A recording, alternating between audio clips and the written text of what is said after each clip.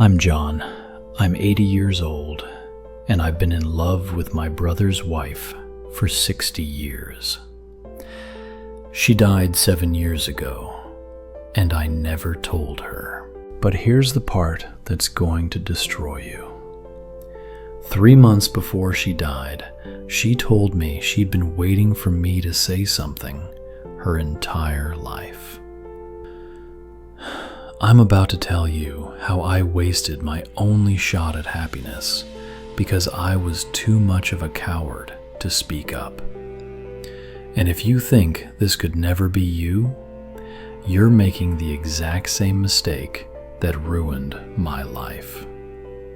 Stop whatever you're doing. Listen to me. Right now, you're making the same deadly mistake I made. You're waiting. You're telling yourself, tomorrow. You think you have time. You don't. Mary Catherine Walsh. That was her name. Auburn hair, green eyes, laugh that could light up rooms. I was 19, working at my father's hardware store. She came in every Tuesday and Thursday with her mother. For 6 months, I served her family. 6 months of watching her smile. 6 months of her lingering when our hands touched. 6 months of her asking questions about paint colors she didn't need answers to. And for 6 months, I told myself the same lie, destroying your life. I'll ask her out next time. The moment was perfect every time. I just couldn't see it. Then, one Thursday, she didn't come in. Or the next Tuesday. Or the one after. 3 weeks later, my brother Richard came home with news. He'd met a girl, Mary Walsh. They were getting serious. I stood in our kitchen, watched my brother's face light up. He was describing the woman I'd loved for 6 months, the woman I'd never had courage to speak to. "You'd like her, John," he said. "She's special." You know what I did? I smiled, congratulated him, asked when I'd meet her properly. That's what cowards do. They smile while their hearts break. When Richard brought Mary to Sunday dinner, she looked at me differently. Not confusion, not surprise, disappointment. She knew. She knew I'd felt something and done nothing. In that moment, I realized something that nearly killed me. She'd been waiting. All those extra seconds at the store, all those unnecessary questions. She'd been giving me opportunities, and I'd missed every single one. They married 8 months later. I was Richard's best man. I stood there in my rented suit, watched the woman I loved promise to love my brother forever, and I smiled. For 23 years, I watched them build a life. 2 children, Sarah and Michael. A house 3 blocks from where I lived alone. Family barbecues where Mary would hug me hello. I'd hold my breath. Try not to love how she smelled like vanilla in spring air. I became Uncle John, the confirmed bachelor, the guy who never settled down. People asked why I never married. I'd joke no woman could put up with me. But the truth? The truth was sitting at my brother's dinner table every Sunday, laughing at his stories, raising his children, being everything I'd ever wanted.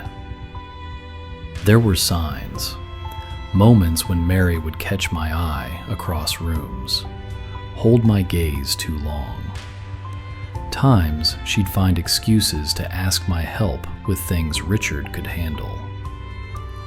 At Sarah's graduation, she hugged me goodbye, whispered, "I wish things had been different, John.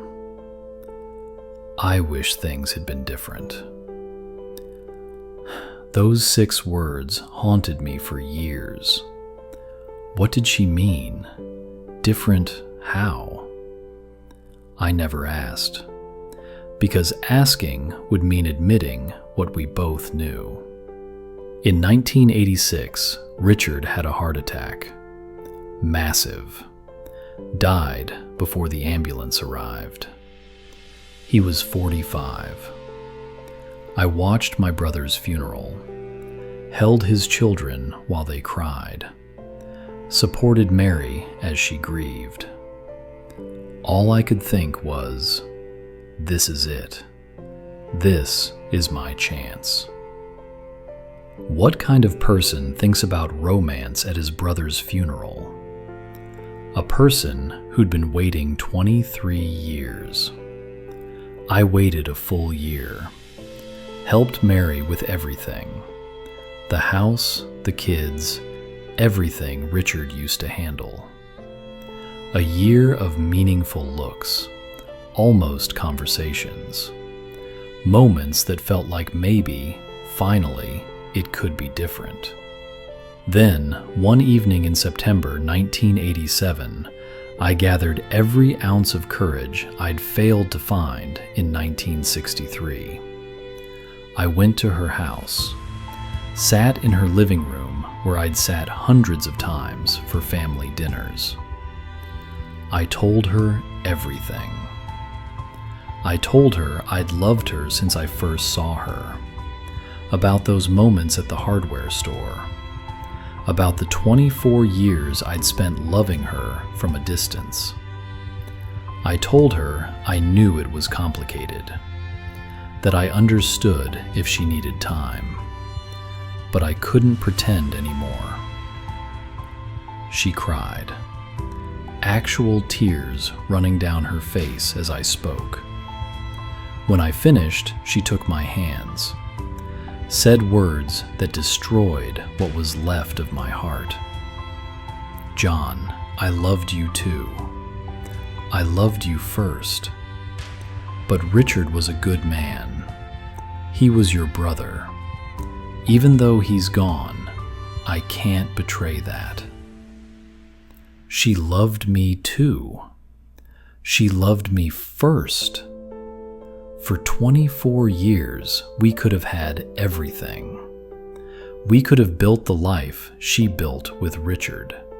We could have raised children together, grown old together, loved each other the way we both wanted.